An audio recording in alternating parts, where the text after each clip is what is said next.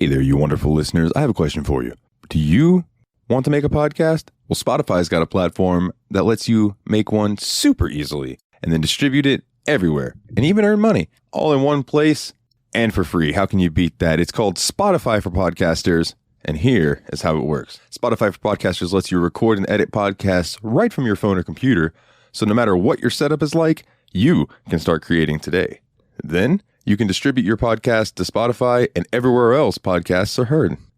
Video podcasts are also available on Spotify. And when you want to take conversations with your fans to the next level, there are Q&A and poll options available, and those are the best way to get them talking. With Spotify for Podcasters, you can earn money in a variety of ways, including ads and podcast subscriptions. And best of all, it's totally free with no catch. Ever since I've discovered Spotify for Podcasters, it has made doing my shows like the Steam Machine Podcast, Yabs Pod, and the JRPG Report much, much easier to do. Like being able to just go on there, record them, upload it, boom, it's done. I don't have to pay for a site service to host or anything like that. It's fantastic. So I highly recommend that you give it a try. Download the Spotify for Podcasters app or go to www.spotify.com/podcasters to get started today.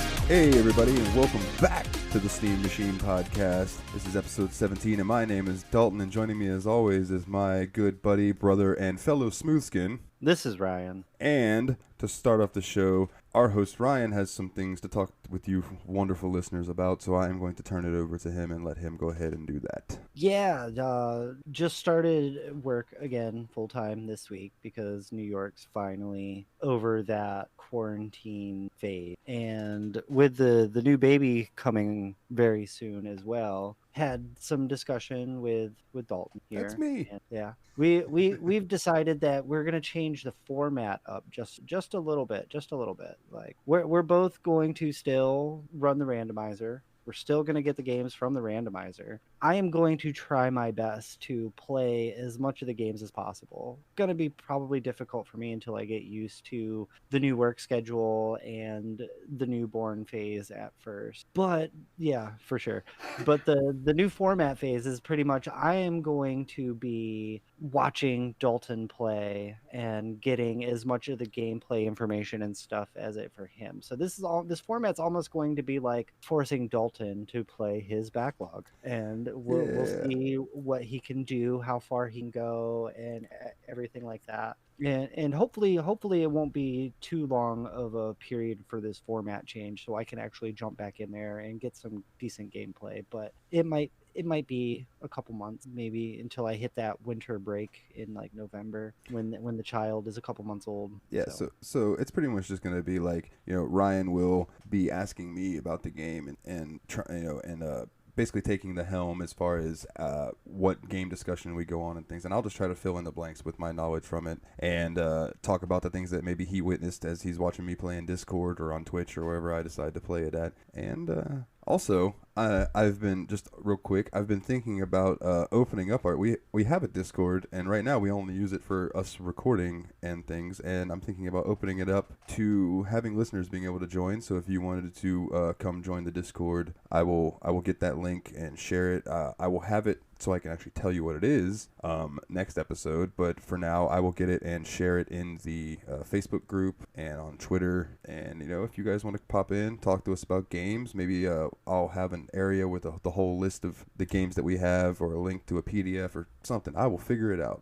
But yeah, we'll figure it out. I added one of my coworkers to it the other. Did you see Thomas the Spank Engine join the server? Yeah, I did see that. Okay, That's him. Greatest name ever. I don't even care to know the backstory for it. Just Thomas the Spank Engine, fantastic. Like, Yeah, and I believe our buddy James is also in there. Was the JRPG report? So yep. it's a small little family right now, but I think we're gonna open it up and Well, yeah, make we'll our get family there. bigger. But we hope that you guys stick with us. Not much is gonna change about the show itself. It's just gonna be more of instead of Ryan being able to game along with me, it'll be more of him questioning me about it and talking to me about what he's seen. Yeah.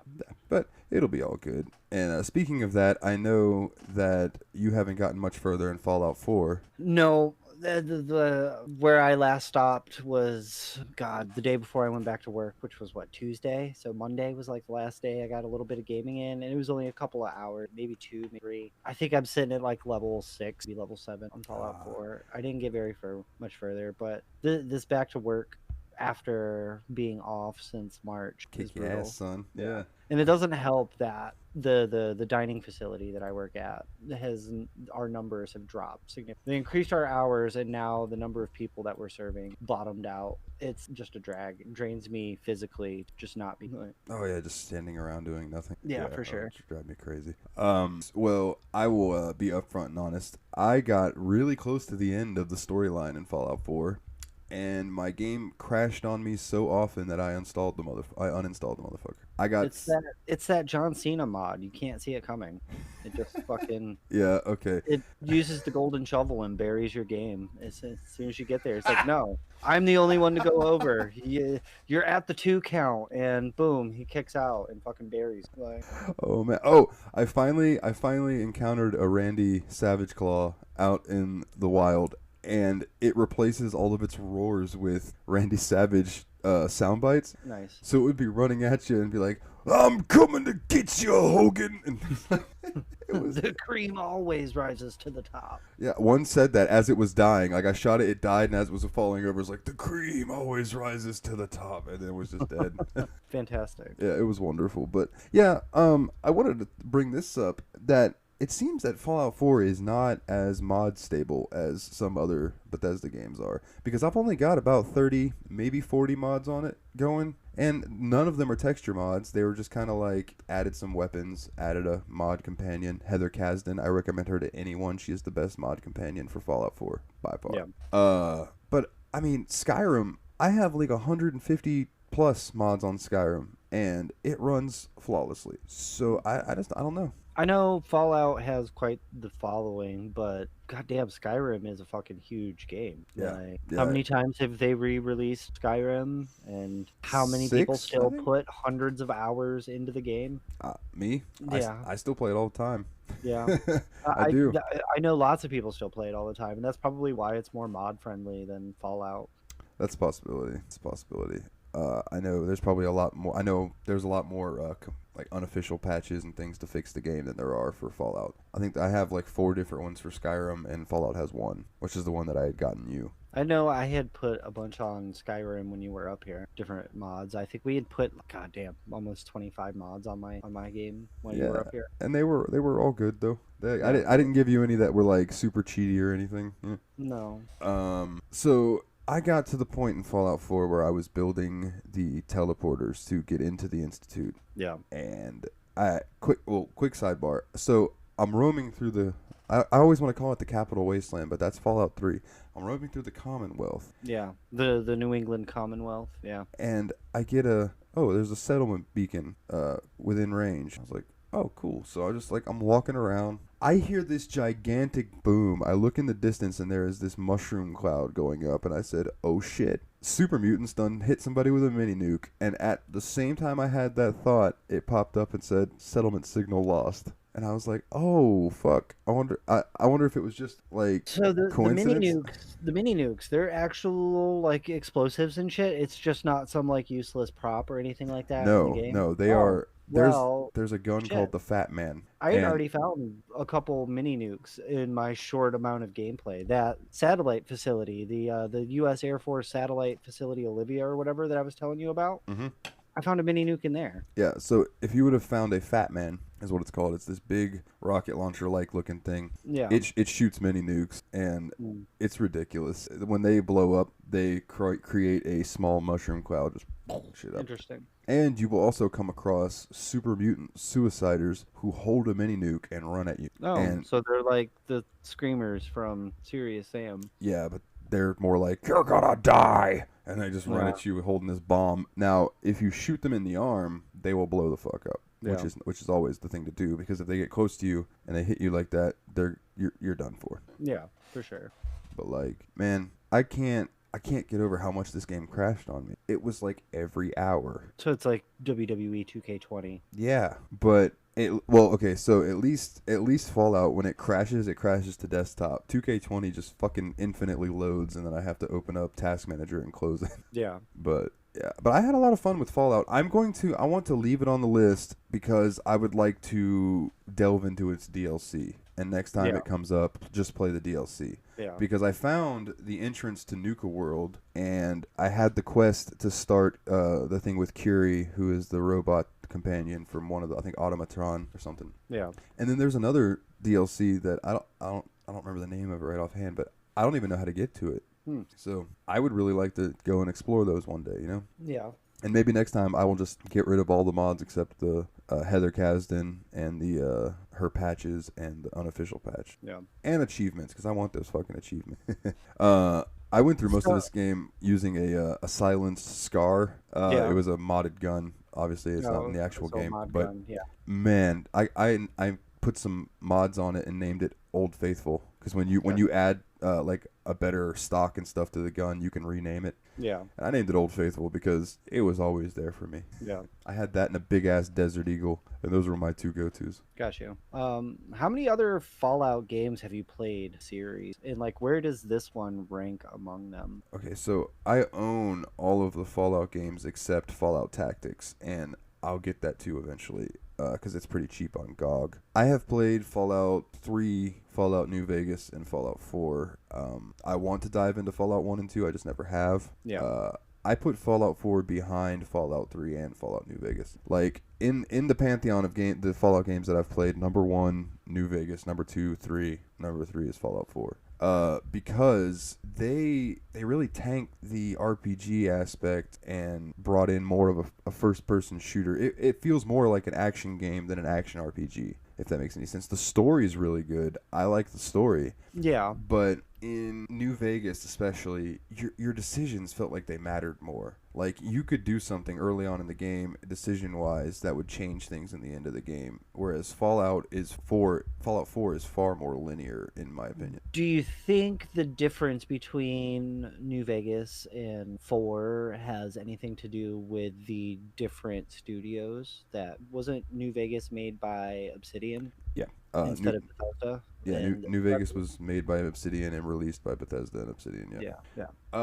Yeah, So is that could be. New Vegas is similar to what, say, like Outer Worlds compared to like Fallout 3 or 4? New Vegas is kind of like Fallout 3 and Outer Worlds. Okay. I don't know how to explain it. Yeah. It's far more in depth character wise. Like, okay, I don't think you could play Fallout 4 passively. I think there are situations where you have to kill people, right? Yeah, no, for sure. Like the game starts off like that with the very first town where you have to help them in the fucking museum. Killing the raiders. They don't like give that. you an option to be passive, like right.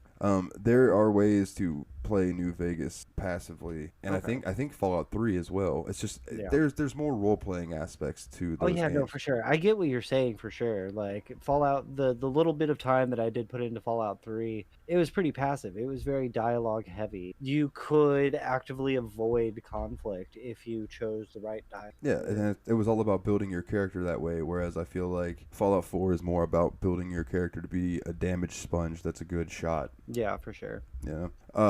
I personally can't wait until we get the older Fallout games on there. Even 1 and 2. Like, I've heard that 1 and 2 are phenomenal, but they're dated. They play more like a Diablo click style. Okay. You know what I mean?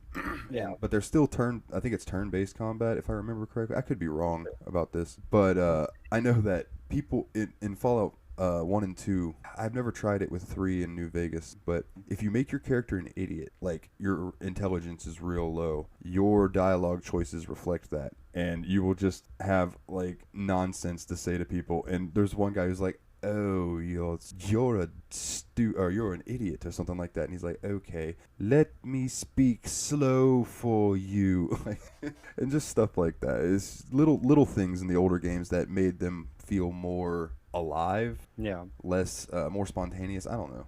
But I'm not taking away from anything from Fallout 4. For what it is, it's a fun game. Yeah. You know, I had a lot of fun running around, killing muties and ghouls, reading all the terminals and finding out some fucked up shit. You know, going into these vaults. The whole idea of vault tech is fucked up, but it doesn't surprise me. It wouldn't surprise me if it was something that was actually going on. You know? Yeah, no, for sure. I had a little bit of fun playing this. Like, I don't think I've ever really been to the Fallout. I mean, I probably put in 20, 25 hours at most at any given time on Fallout 3, and that's the only other Fallout title other than. And they're cool. They're cool. Like the whole post-apocalyptic thing. I get it. It's some of my favorite genre of fiction, but Yeah. I honestly had way more fun playing the Outer Worlds than this. And they're similar structure. Like, it's just one's in space and one is post-nuclear America. And I don't know, just I wasn't sucked in and I wasn't captivated by the Fallout series as a whole. Both games, Fallout. I just want to say Fallout 4 and Outer Worlds, both bleak, but in different ways. Yeah, for sure. Yeah. Outer Worlds to me is visually better, but I mean it's a newer game too. But I get that Fallout. They've always gone for they want it to be a fucking Fallout. Like it is just washed out, gray, destroyed buildings, depressing. Fucking the people that are left or the people that are still alive after all this happened. Like it's like playing a version of the Cormac McCarthy book, The Road, where it's just super grim, super gritty, post-apocalyptic. Like you're gonna die at any moment if you're not going to kill one of us the first chance you get, sort of thing. And that's kind of how I get the gameplay of 4 is leading towards. Like I know we had already mentioned it a little bit, like you can't do the passive play, and it's like I know you almost got to the end. Did you really have any moments in the gameplay where you could take like a passive approach to it, or did you just guns blazing and I'm gonna kill you before you kill me, sort of? no, there were a lot of situations that I was able to talk my way out of. Yeah. But there were also a lot of situations that I was not able to talk my way. Got you. And there was no option to. You know what I mean? Okay. Like, Yeah. there's an instance when you go save Nick Valentine. On your way out, Skinny Malone. He's a big fat guy, of course, but his name's Skinny Malone. Is waiting for you out there, and he's got some girl, and the girl is who Nick Valentine was coming to look for because her parents put out a missing report. She's been missing because she is off fucking skinny. Yeah. You're able to talk her either like she's telling Skinny to just light you guys the fuck up, and you're able to talk to her, and if you have enough charisma stat, you can tell her to go home to her parents and fuck off, right? Yeah. And if you pass it, she's like, "Oh my god, what am I doing with my life? I'm going home." And she's got like this real thick Boston accent. "What am I doing with my life, Skinny?" It might even be a New York accent now that I'm thinking about it, like thick, like Lenny accent. It's probably that Massachusetts, Boston, Rhode Island, New England style accent. And Where it's, if you don't know the difference between the regional dialects, you could confuse it for New York, but I can tell it. But then again, I'm also from up here. I was gonna say, but you live up there, yeah. It's like down here. I can tell you which rednecks from Alabama and Louisiana and shit. Oh yeah, for sure. And it's like even from New York, the part of New York I'm from doesn't even have that accent. We talk more like we're from fucking Chicago than New York. And then there's me, and people tell me the only reason they can tell I'm Southern is because I say y'all. Yeah. Other than that, I never really picked up the Southern accent. But yeah, whatever. But anyway, so Skinny. Basically, she runs off, and Skinny, you have the choice to either just, like, kill that motherfucker right there, but he tells you guys, he's like, and actually, now that I'm thinking about it, I don't think this is really a choice. It's a choice, but it's not your choice, if that makes sense. It's the game giving you a choice instead of you making the choice for yourself, because Skinny's like, "Nick, we go back a long time. I'm going to give you the count of 10. If you're not out of my sights, we're going to kill you." Yeah. And then it cuts away, and he starts counting 10, 9, 8, and you have the choice to run away or stand there. I just ran. I've killed Skinny Malone so many times that I was like, I'm just gonna let this guy live. Yeah. And that's another thing. I've played Fallout 4. I had it on PS4, and now I have it on PC. I've played it multiple times. I've seen the beginning so many times that I use alternate start mods now. Yeah. But it's just it doesn't ever capture me enough to finish the game. Yeah. Like I find the whole Institute thing fascinating, especially now with Elon Musk doing this whole Neuralink thing. Like Oh, the yeah. the Institute is not that far off of being an actual thing, like with No, sense and stuff. we're fucking actually there. Who knows what else that fucker Elon is working on and just hasn't reached to the public. Who knows what fucking Google or Facebook or any of these other mega billionaire conglomerates are actually working on. It's like people just assume Google and ABC, which is like the actual main conglomerate that Google or something like that. A lot of people don't know they have hundreds, if not thousands of military contracts dealing with like tech and development. Like a lot of people don't know that, and it's like, why the fuck? Why are you? What are you working on? What are you not telling us about? What Yeah. the fuck is going on? And then Elon Musk wants to put fucking computer chips into your brain. It's like, oh yeah, this is gonna help cure diseases. No, you mean this is gonna help you fucking control people? Like, if you Yeah. don't pay your bill, we're gonna short your fucking chip and send you into a fucking seizure, or we're gonna fucking just like disable your fucking legs or some shit. Like, who knows what they'd be able to Yeah. actually fucking do? Like, I do think it would be cool to be able to download your conscience into a robot. Though that would be pretty sweet. you wouldn't be able to do it that way. No, but I mean, That- eventually, if the technology leads to that, it would be pretty cool. Because if I could have a fully metal body and like didn't have knee pain or back pain or wrist pain or stomach issues, that'd Yeah. be fan-fucking-tastic. I mean, I get that, but living forever that way probably would fucking suck. Like, maybe I like you'd solitude. maybe eventually at some point you would just get so sick of just existing. Like at that point. Well, yeah, but You- you're a robot. You could terminate yourself if need be. God, we're getting dark, bro. Yeah, a little bit, and But- maybe you could, maybe you couldn't. Your consciousness is put into that shell, right? But the three laws of robotics still apply. Like, can't like harm yourself unless the harming of yourself is save someone else. Like, Yeah, so and once we get to that point with what Elon Musk is doing, it's very Fallout-esque. Like, yeah, very watch. Vault Tech for sure. I was gonna say, Especially with him taking over the fucking town in Texas. Like, come on. It'll be him and Google that set up the vaults for people. Yeah. If you want to believe the conspiracy theories, they already have the like Vault City deep in the hills of the fucking Rockies, like underneath the Denver airport and shit. Oh yeah, And there's I've a heard couple about that for military years. there's a couple military bases that are built into the mountains and shit too. Like, Yeah, that's always been wild to me that they just roll up to a mountain and the side of the mountain opens, they drive in, and then it closes. yeah. Fuck, Yeah. that's cool. I mean, we're already there. There's already like bunkers and shit like that. It's just they're not publicly sold yet. You have to either have heavy political influence or a lot of fucking money. How long after a nuclear fallout do you think the world would fall into chaos? Immediately? It depends on the scale of the fallout. Are you talking like a couple of nuclear strikes as part of a escalating combat scenario, or are you talking like every single country with nukes just decides to fucking like go off, like they all just start nuking each other? Yeah, that way. That it would be instant. It would be within minutes of the first fucking explosion. If anybody was left, because at that point, there's a lot of countries that have There would nukes. still be people left. I mean,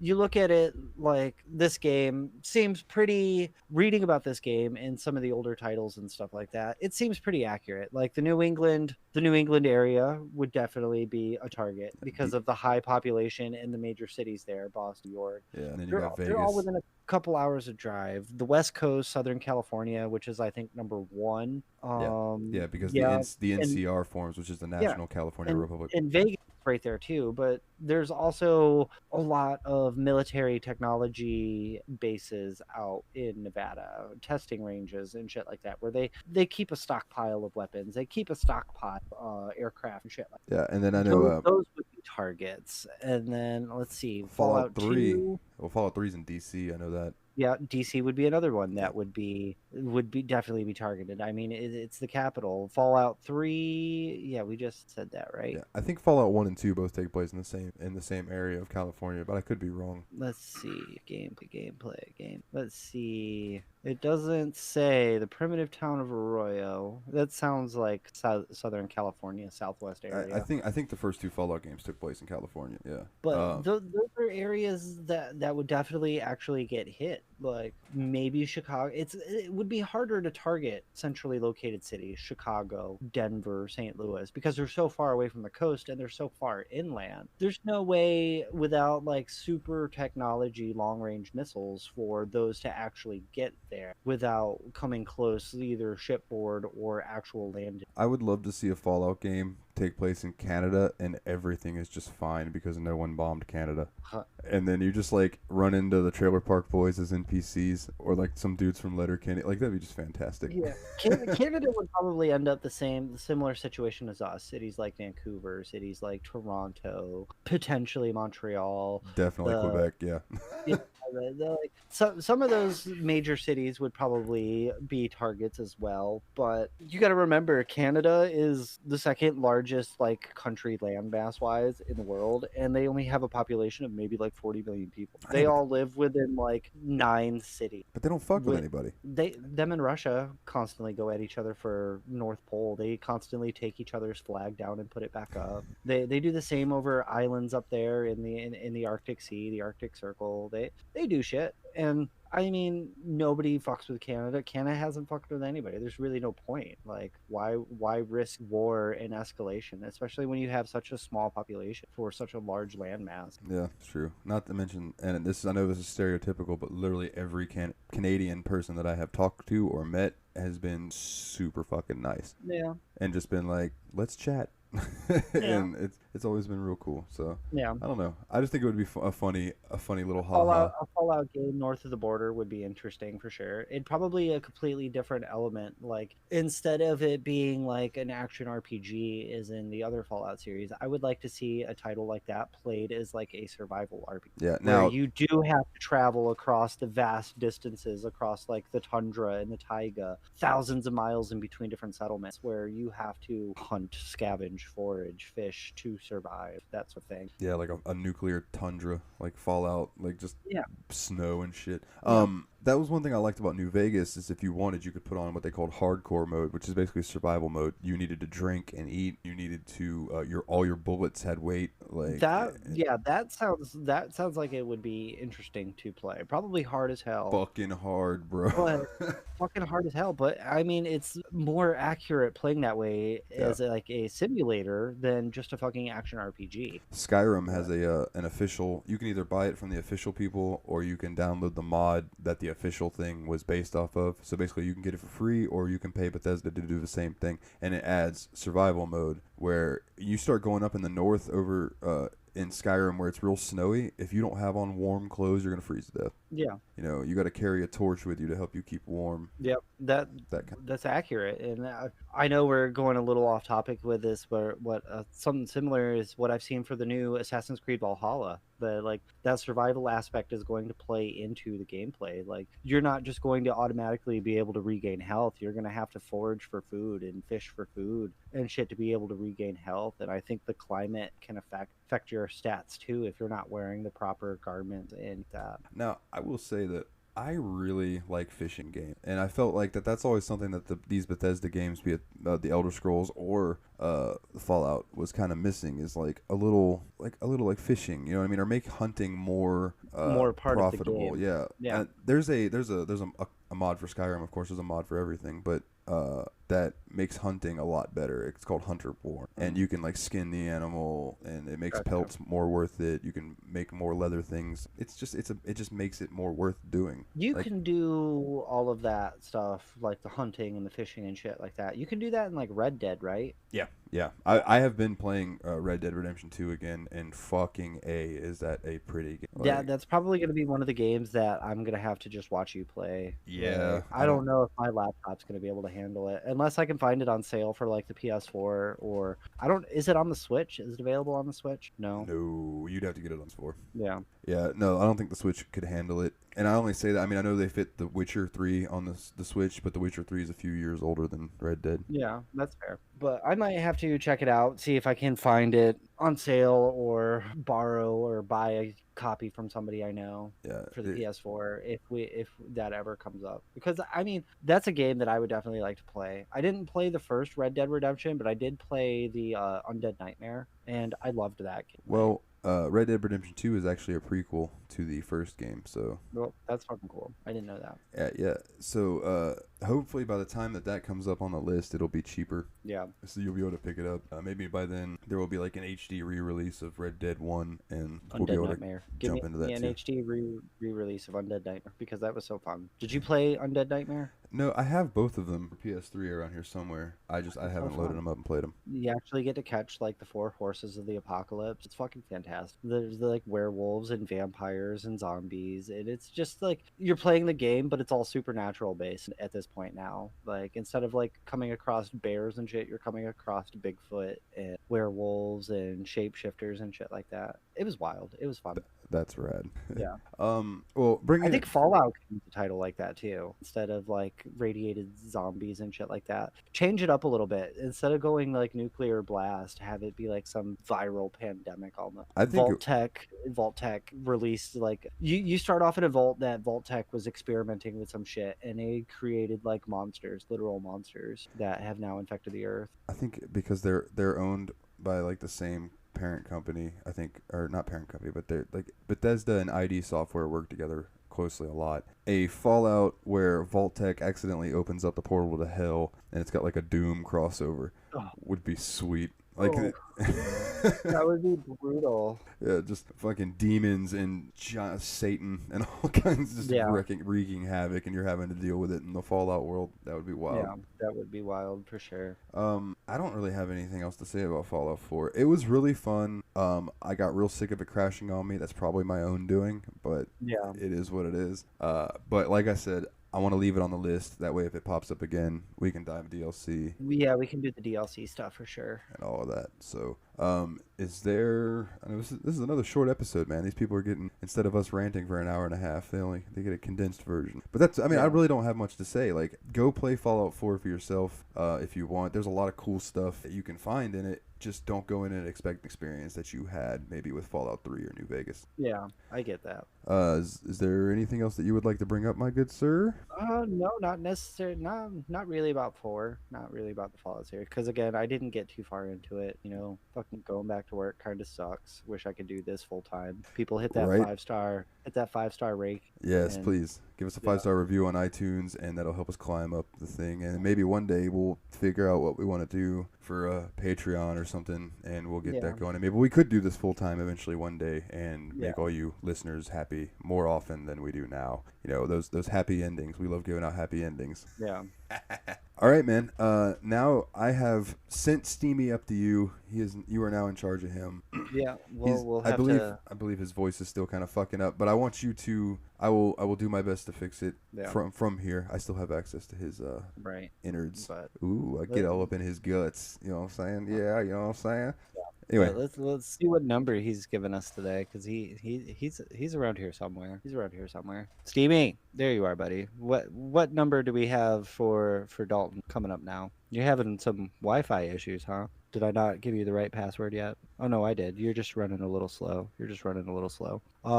Number is 323. And sir, I think you're going to be super stoked about this game. This game hit me with it. Is Persona 4 Golden. Yes! Yes! It is about fucking time, and I didn't even have to cheat. Yeah, I know you've been waiting for it since it got ported to Steam. Dude, I am so stoked. Because I bought the fucking game, and I was like, well, I really want to play this, but we had just started the show. So I was like, well, I'll play it eventually when it comes up on the show. And now it did. I didn't have to wait 6 years. Fucking fantastic. Yeah.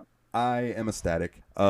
This would be your first experience with Persona, even though, well, not really. I bought you 5, and I know you haven't gotten much chance to play it, which that's a fucking long-ass game, I understand. But having played 5, and I've seen people that say that 4 is better than 5, and I also see people that say 5 is the greatest Persona game there is. You know, there's all those things. So I am really excited to jump into this. And I'm also, with that being said, because of the success of Persona 4, Sega has been talking about releasing more older Sega titles onto Steam. And I'm like, give me all of the Persona games. Just fucking start porting over the entire Sega catalog team. For real, I mean, they already have the Sonic games. If they're not going to do a new console or anything like that, or open up any like arcade, like full-size Sega arcades or anything like that anymore, fucking port them all over to Steam. Like, it would be smart. I need to look. I hope this new the re-release of Shin Megami 3 Nocturne is coming out on Steam as well, but I doubt it will. Shin Megami Tensei has always been a Nintendo thing, so I think it may just be for that. But no, I take that back because some of the spin-off games like Nocturne, it was on PS2 at one point, but I know at a certain point they just started coming out for the 3DS and stuff only. Yeah. But give me all the Persona games, dude. Give me Persona 1, give me the 2 PSP games, give me Persona 3 FES. I want them all. Well, fuck yeah. I am super fucking stoked about that. And with that, if you want to find us, you can find us on Facebook.com/The Steam Machine Podcast, or you can find us on Twitter @Steam_podcast. From there, you can probably find us. You'll see us floating around on those pages as well. And we will have that Discord link up on both of those soon, so check back for that. And like we said earlier, it would mean a good amount to Ryan and I if you would go onto iTunes, leave us a 5-star review, and help us out. And that we know iTunes sucks. I hate using iTunes and Apple in general, but you got to do what you got to do. It is the biggest platform. Yeah. Know what I'm saying? Yeah. So if that's all, man, then I am immediately going to go play some Persona. Yeah. Because it's already installed, ready to go, baby. I figured as much. All right. Well, then for this week's episode, he's Ryan. I'm Dalton, and as always, guys, take it easy.